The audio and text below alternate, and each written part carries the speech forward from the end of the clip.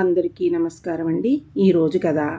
Airport లోపల నుంచి బయటికి రాగానే ఎదురుగా కనబడిన క్యాబ్ ఎక్కి అడ్రస్ చెప్పి పోనివ్వమన్నాడు రాజు. కంపెనీ పని మీద అమెరికా వెళ్ళి 6 నెలల తర్వాత తిరిగి వస్తున్నాడు. అతను ఎన్నాళ్ళ నుంచో చూస్తున్న అవకాశం. లత తన జీవితంలోకి రాగానే వచ్చింది. ఎంతో సంతోషంగా ఉండాల్సిన వాడు చాలా ఆదుర్దాతో ఉన్నాడు. తను వస్తున్నాడని లత ఎదురుచూస్తూ ఉంటుందని తెలుసు. కానీ ప్రస్తుతం అతను కూర్చున్న క్యాబు ఆమె దగ్గరికి కాకుండా తన తల్లిదండ్రుల ఇంటి వైపు ప్రయాణిస్తోంది. ఇంతలో అతని సెల్ ఫోన్ మోగింది. ఆన్ చేసి హలో అన్నాడు. అటు నుంచి లత. ఇప్పుడే కారెక్కాను, ముందు ఒకసారి మా అమ్మా నాన్నలను కలిసి వెంటనే వచ్చేస్తాను అని అన్నాడు రాజు. ఆమెకు అది ఆశాభంగమే. అదేమిటి అని ప్రశ్నించింది లత. వచ్చి చెబుతా ప్లీజ్ అన్నాడు రాజు. నీ ఇష్టం అంటూ విసురుగా సెల్ ఆఫ్ చేసింది లత. రాజుకి అర్థమైంది లత అలిగిందని. అయినా రాజు పెద్దగా పట్టించుకోలేదు. అతని ఆలోచనలన్నీ తల్లి మీదే. ఇప్పుడు ఎలా ఉందో. తండ్రి ఫోన్లో విషయం చెప్పిన దగ్గర నుంచి 15 రోజులుగా ఆందోళన అసహనంతోనే గడిపాడు రాజు. కానీ పనికి అంతరాయం కలగకుండా తనలో తానే తమాయించుకున్నాడు. అందుకే రాగానే మొదట తల్లిని చూడాలని బయలుదేరాడు. తను అమెరికాకి వెళ్ళేటప్పుడు పరిస్థితి అంతా బాగానే ఉంది. కానీ ఇప్పుడు ఇలా. దాదాపు గంట తర్వాత కారు అతడి ఇంటి ముందు ఆగింది. తనతో తెచ్చుకున్న పెద్ద సూట్ కేసు కిందకు దించి దాన్ని తోసుకుంటూ గబగబా లోపలికి వెళ్ళాడు. తలుపులు తీసే ఉన్నాయి. లోపలికి అడుగు పెట్టడంతోనే అమ్మా అమ్మా అని పిలుస్తూ తల్లి గదిలోకి వెళ్ళబోయాడు. ఇంతలో రాజు అన్న పిలుపు వినిపించిన వైపు చూసి ఆశ్చర్యపోయాడు. గది గుమ్మం బయటే వీల్ చైర్లో కూర్చుని ఉంది మాలతి. 6 నెలల్లో చాలా తేడా వచ్చింది. తల్లి బాగా చిక్కిపోయింది. అందుకు కాదు రాజు ఆశ్చర్యపోయింది. తన చిన్నతనం నుండి చూస్తున్న తల్లి ఉంటున్న గది కాదు అది. మాలతి దగ్గరికి వెళ్ళి మోకాళ్ళ మీద కూర్చుని ఆమెను దగ్గరికి తీసుకున్నాడు. కొడుకుని చూడగానే దుఃఖం వచ్చేసింది మాలతికి. ఏడ్చేసింది. ఊరుకో అమ్మా, అయినా నువ్వు ఈ గదిలో ఉన్నావేమిటమ్మా అని అడిగాడు రాజు. మాలతి మాట్లాడలేదు. అమ్మా మాట్లాడవేం అని మళ్ళీ ప్రశ్నించాడు రాజు. మాలతి మౌనంగా ఎదురుగా ఉన్న గదివైపు చూపించింది. అప్పుడే తలుపులు తెరుచుకున్నాయి. తండ్రి కమలాకర్ బయటికి వస్తున్నాడు. వెనకాల ఒక స్త్రీ కూడా ఉంది. కమలాకర్ అంటున్నాడు, రష్మి టిఫిన్ పెట్టేస్తే బయటకు వెళ్ళి గంటలో వస్తాను అని డైనింగ్ టేబుల్ దగ్గర కూర్చున్నాడు. తండ్రిని చూసి అప్రయత్నంగా లేచి నిలబడి నానా అన్నాడు మెల్లగా రాజు. కరుణాకర్ రాజుని చూసి ఓ రాజు వచ్చావా, ప్రయాణం బాగా జరిగిందా అని అడిగాడు ముక్తసరిగా. తండ్రి కంఠంలో అంతకుముందున్న ఆపేక్ష కనిపించలేదు రాజుకి. కమలాకర్ ఆ విషయం స్పష్టంగా గమనించాడు. ఒకసారి తల్లి వైపు, తండ్రి వెనకాల ఉన్న ఆ స్త్రీ వైపు చూశాడు రాజు. ఆమెను చూడగానే చాలా కృతకంగా అనిపించింది. రాజు తేరుకుని నానా మీతో మాట్లాడాలి అన్నాడు. ఇప్పుడేగా వచ్చావు, రెస్ట్ తీసుకో, తర్వాత మాట్లాడుకోవచ్చు అన్నాడు కమలాకర్. కాదు, ఇప్పుడే మాట్లాడాలి. అందుకే ఎయిర్పోర్ట్ నుంచి నా అపార్ట్మెంట్కి వెళ్లకుండా తిన్నగా ఇక్కడికే మీ దగ్గరికే వచ్చాను అని స్థిరంగా అన్నాడు రాజు. ఒక్క నిమిషం ఆలోచించి తల పంకించి అన్నాడు కమలాకర్. రష్మి నువ్వు కాసేపు మీ అమ్మ వాళ్ళ ఇంటికి వెళ్ళిరా అన్నాడు. రష్మి బయటికి వెళ్ళిపోయింది. వెళుతున్న ఆమె వైపు చూశాడు రాజు. ఆమెకు సుమారు 40 ఏళ్లుంటాయి. చెప్పు రాజు, ఏం మాట్లాడాలి అని అడిగాడు కమలాకర్. ఎవరు నా ఆవిడ సూటిగా అడిగాడు రాజు. అదేమిటి, నీకు ఫోన్ చేసి చెప్పానుగా, వరుసకి నీకు తల్లే, మేమిద్దరం కలిసి ఉంటున్నాం అన్నాడు కమలాకర్. ఆ మాటకి కంపరంగా చూసి రాజు మరి అమ్మా అని అడిగాడు. కమలాకర్ ఈసారి స్వరం పెంచాడు. నేనేదీ దాచుకోలేదు, అన్నీ నీకు చెప్పేశాను, మళ్ళీ ఎందుకు కొత్తగా అడుగుతావు అన్నాడు కమలాకర్. చెప్పారు కానీ అంటున్న రాజుతో సరిగ్గా అర్థం చేసుకోలేదంటావు. అయితే విను, మళ్ళీ చెబుతాను. మీ అమ్మకి ఆరోగ్యం సరిగ్గా లేదు, పూర్తిగా మంచం మీద పడి ఉంది. చేసినన్నాళ్ళు నేను ఎంతో చేశాను, కష్టపడ్డాను. మరి నాకు రిలాక్సేషన్ కావాలి కదా, అది ఇక మీ అమ్మ దగ్గర దొరకదని అర్థమైంది. అందుకే నాకు నచ్చిన అమ్మాయితో ఉంటున్నాను అని అన్నాడు కమలాకర్. తండ్రి మీద పీకల దాకా కోపం వచ్చింది రాజుకి. తమాయించుకున్నాడు. అంటే అమ్మకి అన్యాయం చేస్తారా? ఆవేశంతో ఊగిపోతున్నాడు రాజు. కొడుకు వైపు వింతగా చూశాడు కమలాకర్. నేనేమీ మీ అమ్మకి అన్యాయం చేయలేదు, ఏ లోటు రాకుండా చూసుకుంటున్నాను. ఏం మాలతి, నిన్ను సరిగ్గా చూసుకోవట్లేదా? చెప్పు నీ కొడుక్కి అన్నాడు కమలాకర్. మాలతి గాజు కళ్ళతో బేలగా చూసింది భర్త వైపు. అమ్మ ఏం చెబుతుంది నానా, మీరు చేసిన పనికి ఎప్పుడు ఆమె మొగదైపోయి ఉంటుంది అన్నాడు రాజు. పోనీ నువ్వు ఇప్పుడు వచ్చావు కదా, నీతో తీసుకెళ్ళు అన్నాడు తండ్రి. అంతలో రాజు సెల్ ఫోన్ మోగింది. 2 రింగులు రాగానే కట్ చేశాడు. అతను అలా చేస్తున్న కొద్దీ అవతల వైపు నుంచి వదలకుండా ఫోన్ కాల్ చేస్తూనే ఉన్నారు ఎవరో. రాజులో అసహనం పెరిగిపోతుంది. తల్లితో అన్నాడు, అమ్మా నాతో వచ్చేయి అని. నేను రాను, నేనంటూ గడప దాటితే అది నా ప్రాణం పోయిన తర్వాతే జరగాలి. వెంటనే సమాధానం చెప్పింది మాలతి. రాజుకి ఏం చేయాలో, ఎలా స్పందించాలో కూడా అర్థం కావట్లేదు. ఈలోపు విరామం లేకుండా అతడి ఫోన్ మోగుతూనే ఉంది. నిస్సహాయంగా చూస్తున్నాడు. చాలా రోజుల తర్వాత వచ్చావు, ఈ విషయం తర్వాత మాట్లాడుకోవచ్చు. నీకు తెగ కాల్స్ వస్తున్నాయి, లత అనుకుంటా, ముందు వెళ్ళి ఆ అమ్మాయికి కనబడు అన్నాడు తండ్రి. రాజు కూడా బాగా అలసిపోయాడు. ఇక తండ్రిని రెట్టించలేదు. అమ్మా మళ్ళీ రేపు వస్తాను అని బ్యాగ్ తీసుకుని బయటికి వెళ్ళిపోయాడు. రాజు ప్లాట్లోకి ఇంకా పూర్తిగా అడుగు పెట్టకముందే లత ఉక్రోషంగా, నేను ఎయిర్పోర్ట్కి వస్తానన్నా నన్ను రావద్దు అన్నది ఇందుకేగా, ముందు మీ వాళ్ళని చూడడానికి వెళ్ళడం కోసమేగా అని నిలదీసింది. రాజు నీరసంగా సోఫాలో కూలబడి, చెప్పానుగా చాలా ముఖ్యమైన విషయమని, వెళ్ళిన పని పూర్తి కాకుండానే వచ్చేశాను. అయినా అన్నిసార్లు ఫోన్లు చేస్తున్నావేమిటి? నీకు ముందే చెప్పానుగా విసుగ్గా అన్నాడు రాజు. నా భయం నాకుండదా అంది లత. రాజు కళ్ళు మూసుకున్నాడు. లత రాజు పక్కనే కూర్చుంది. అతడు ఎందుకో మదన పడుతున్నాడని అర్థం చేసుకుంది. మెల్లిగా అతని ముఖం తన వైపు తిప్పుకొని, ఇంతకీ ఏం జరిగింది అని లాలనగా అడిగింది లత. తన తండ్రి చేసినదంతా లతకు చెప్పాడు రాజు. ఇద్దరూ ఎంతో అన్యోన్యంగా ఉండేవారు. అకస్మాత్తుగా మా నాన్నగారు ఎందుకలా మారిపోయారో, ఎందుకలా ప్రవర్తిస్తున్నారో అర్థం కావట్లేదు. ఇదంతా నేను జీర్ణించుకోలేకపోతున్నాను అన్నాడు రాజు. అంతా విని, నాకు అంకుల్ చేసిన దాంట్లో తప్పేమీ కనపడలేదు అంది లత. ఏమిటి అంటూ శాంతం లేచి నిటారుగా కూర్చున్నాడు రాజు. తప్పేమీ లేదా, అది ఈ వయసులో అని అన్నాడు రాజు. చిన్నగా నవ్వి, వయసుతో పనేంటి, ఆ వయసులో ఏది ఆశిస్తున్నారో అది దక్కకపోతే ఎవరైనా తమకు నచ్చిన నిర్ణయాలే తీసుకుంటారు అని చాలా తేలిగ్గా చెప్పింది లత. రాజుకి కోపం వచ్చింది. విసురుగా లేచాడు. వాళ్ళకి పెళ్ళై 30 సంవత్సరాలయ్యింది. మనలాగా వాళ్ళేమీ పెళ్లి కాకుండా కాపురం చేయట్లేదు అన్నాడు రాజు. లత అంతే విసురుగా లేచి, అయితే ఏమిటి, నాకు అందుకే స్వేచ్ఛ లేని అలాంటి బంధాలంటే అసహ్యం. ప్రతిదానికి జవాబుదారీతనం ప్రవర్తించాలి. దానికి ప్రేమ ఆప్యాయత అనే ముసుగు తగిలించుకుని బతికేస్తూ ఉంటారు. మా పేరెంట్స్ కూడా అంతే. అందుకే అంకుల్ ఇప్పటికైనా ఈ నిర్ణయం తీసుకున్నారని నువ్వు సంతోషించు అంది లత. ఏం మాట్లాడుతున్నావు లత? మరి మా అమ్మ సంగతి ఏమిటి? ఆమె ఏమైపోవాలి అని అన్నాడు రాజు. ఒక్క క్షణం ఆగి, అది ఆవిడ తీసుకోవాల్సిన నిర్ణయం అని లోపలికి వెళ్ళిపోయింది లత. ఆ రాత్రి రాజుకి ఎంతకీ నిద్ర పట్టలేదు. ఎంతో కాలంగా ఎదురుచూసి ఆ అవకాశంతో విదేశాలకు వెళ్ళి వచ్చాడు. ఏమాత్రం ఆ ఆనందాన్ని నిలవనీయకుండా చేస్తున్నాయి తన కుటుంబ పరిస్థితులు. గాఢంగా ప్రేమించిన లత చెంతనే ఉంది. అయినా ఎటువంటి ప్రశాంతత లేదు. తన తల్లికి జరిగిన అన్యాయమే రాజు మనసుని తొలిచేస్తుంది. తండ్రి మీద ఎనలేని కోపం, అసహ్యం ఏర్పడ్డాయి. ఈ 6 నెలలలో తండ్రిలో ఎంత మార్పు! ఇంకా ఆ విషయం గురించి ఆలోచిస్తున్నావా? అతని గుండెల మీద చెయ్యి వేసి అడిగింది లత. ఆమె చేతి మీద చెయ్యి వేసి, ఈ విషయాన్ని నువ్వు చెప్పినంత తేలిగ్గా తీసుకోలేకపోతున్నాను. టైం పడుతుందేమో అని అన్నాడు రాజు. అన్నీ మరిపించడానికి నేను ఉన్నానుగా అంటూ ఆమె తన ముఖంతో అతని ముఖాన్ని కప్పేసింది. ఊపిరి ఆడలేదు. అయినా బాగుంది. అతని చేతులు మెల్లగా ఆమెని చుట్టేశాయి. ఆమె మరింత దగ్గరగా అతనికి హత్తుకుపోయింది. క్రమేపీ రాజు మనసులో ఉన్న అలజడి అతని మస్తిష్కంలో నుంచి జారిపోతుంది. మనసులో వేదన ఉన్నప్పుడు కౌగిలింతలతో సేద తీరుతున్నాడు. ముందు శరీరం, తర్వాత మనసు రిలాక్స్ అయిపోతున్నాయి. ఏదో ఆలోచన వచ్చి ఉన్నట్టుండి ఏదో గుర్తుకొచ్చిన దానిలాగా పక్కకు తిరిగి సరిగ్గా కూర్చుంది లత. ఏమైంది అన్నాడు రాజు. మనమంటే ఇద్దరం ఒకరికొకరం పూర్తిగా ఇష్టపడ్డాం కాబట్టి నీ తోడుగా నేను, నా తోడుగా నువ్వు ఇలా సంతోషంగా ఉంటున్నాం. కానీ మరి ఆంటీ ఉండగా అంకుల్ వేరే ఆమెతో ఎలా రిలేషన్ పెట్టుకుంటారు అంది సలోచనగా లత. రాజు కూడా అదే విషయం ఆలోచిస్తున్నాడు. నిజమే కదా అనుకున్నాడు. మర్నాడు పొద్దున్నే తల్లిదండ్రుల దగ్గరికి బయలుదేరాడు రాజు. తన అపార్ట్మెంట్ నుంచి తల్లిదండ్రులు ఉంటున్న ఇల్లు 25 కిలోమీటర్ల దూరం ఉంటుంది. కాసేపటికి ఇంటి ముందు కారాపి విసవిసా లోపలికి నడుచుకుంటూ వెళ్ళి అమ్మా అమ్మా అని పిలిచాడు. మౌనరాగంలో మాలతి వీల్చైర్లో తోసుకుంటూ హాల్లోకి వచ్చింది. తల్లిని చూడగానే, నాతో పాటు వచ్చేయమ్మా, వెళ్ళిపోదాం అన్నాడు రాజు. అతని గొంతు విని లోపల నుంచి కమలాకర్, కిచెన్లోంచి రష్మి బయటికి వచ్చారు. రష్మిని చూడగానే ఏవంపుగా ముఖం పెట్టాడు రాజు.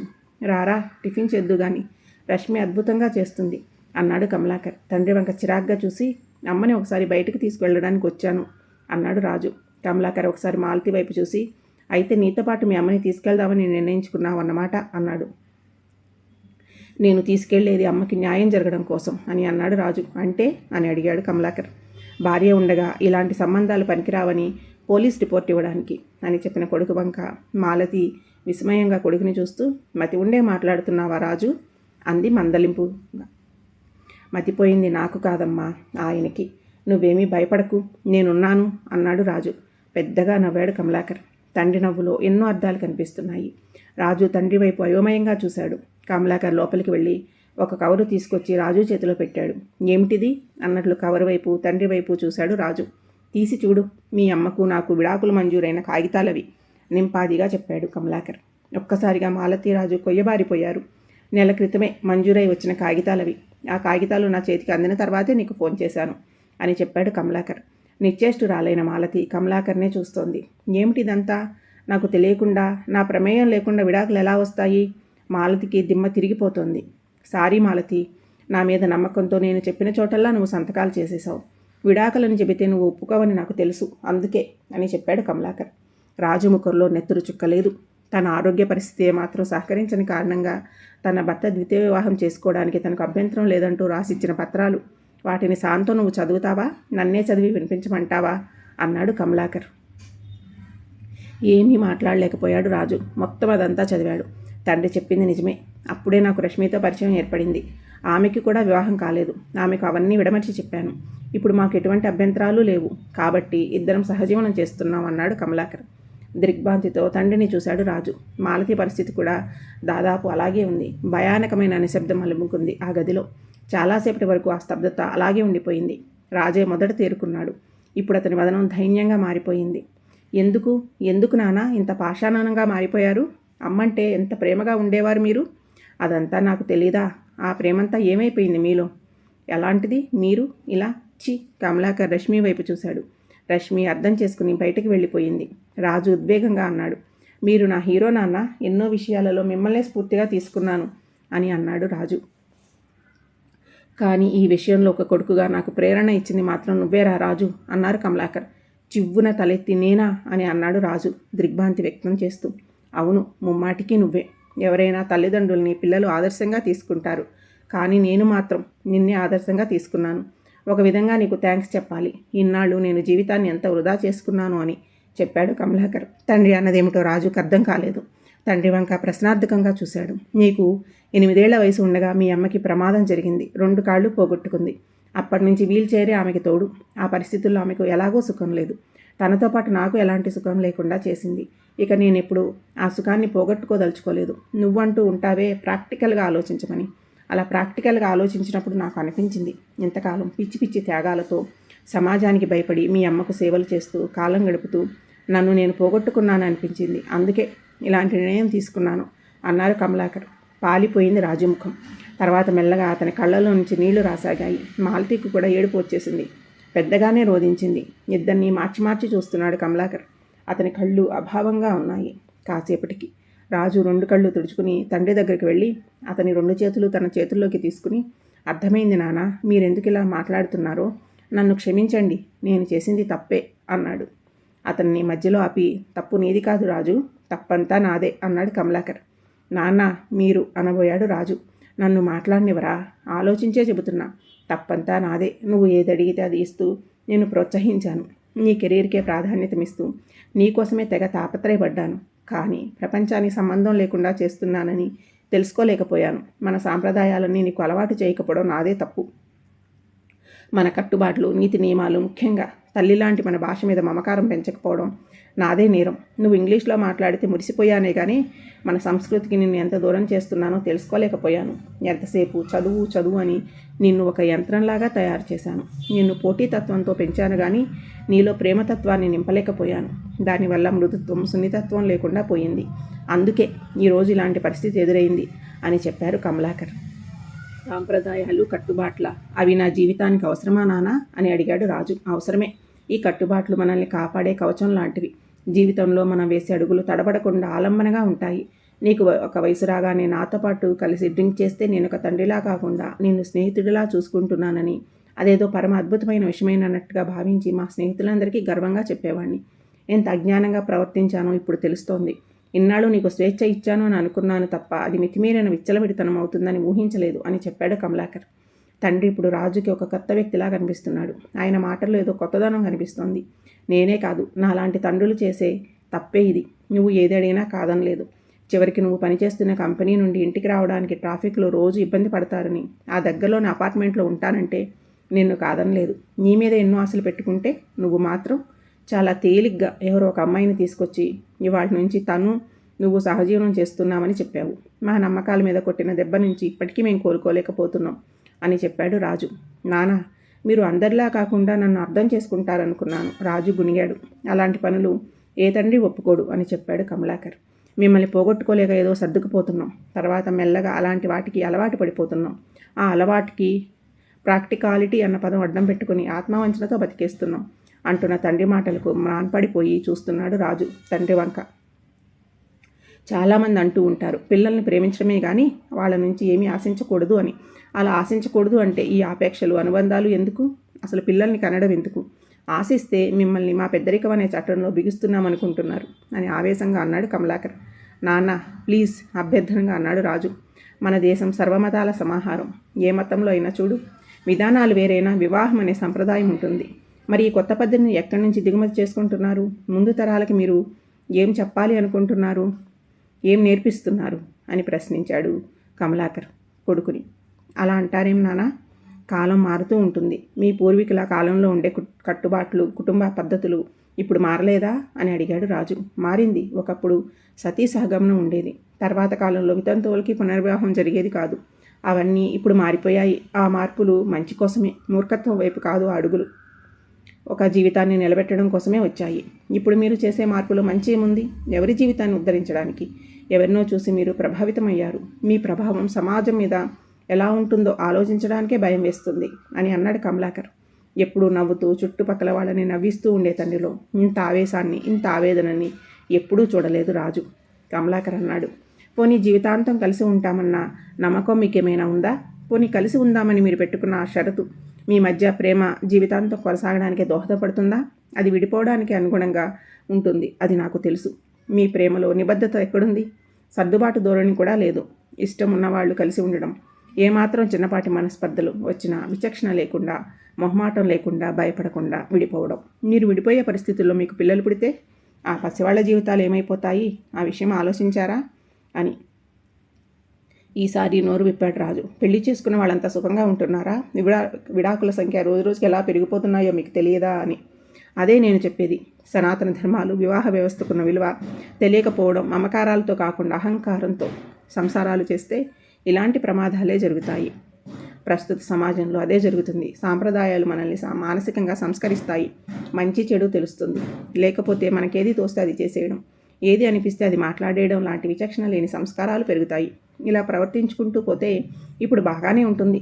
కొన్నేళ్ల తర్వాత వెనక్కి తిరిగి చూసుకుంటే నువ్వు తప్ప నీకెవరూ ఉండరు, కన్నవాళ్లతో సహా అంటూ కమలాకర్ చెప్పే మాటలు రాజు మనసులో బలంగా నాటుకున్నాయి. ఇప్పటి రోజుల్లో త్వరగానే మీ కాళ్ళ మీద మీరు నిలబడుతున్నారు. ఆర్థికంగా బాగా ఎదుగుతున్నారు. సంతోషమే. మీ స్థాయి పెరుగుతోంది. సంస్కార స్థాయి మాత్రం తగ్గిపోతోందని తెలుసుకోవట్లేదు. తరానికి చాలా మార్పులు జరుగుతాయి. మంచిదే. కానీ ఎంత మారినా అవి బంధాలను మలినం చేసే విధంగా ఉండకూడదు. నాకు తెలిసి లతా తల్లిదండ్రులు కూడా నాలాగే బాధపడుతూ ఉంటారు. మీరు మనస్ఫూర్తిగా ఇష్టపడితే ఎవరూ కాదనరు. కానీ ఇదేం పద్ధతి? ఈ పద్ధతి ఎవరికీ నచ్చలేదు.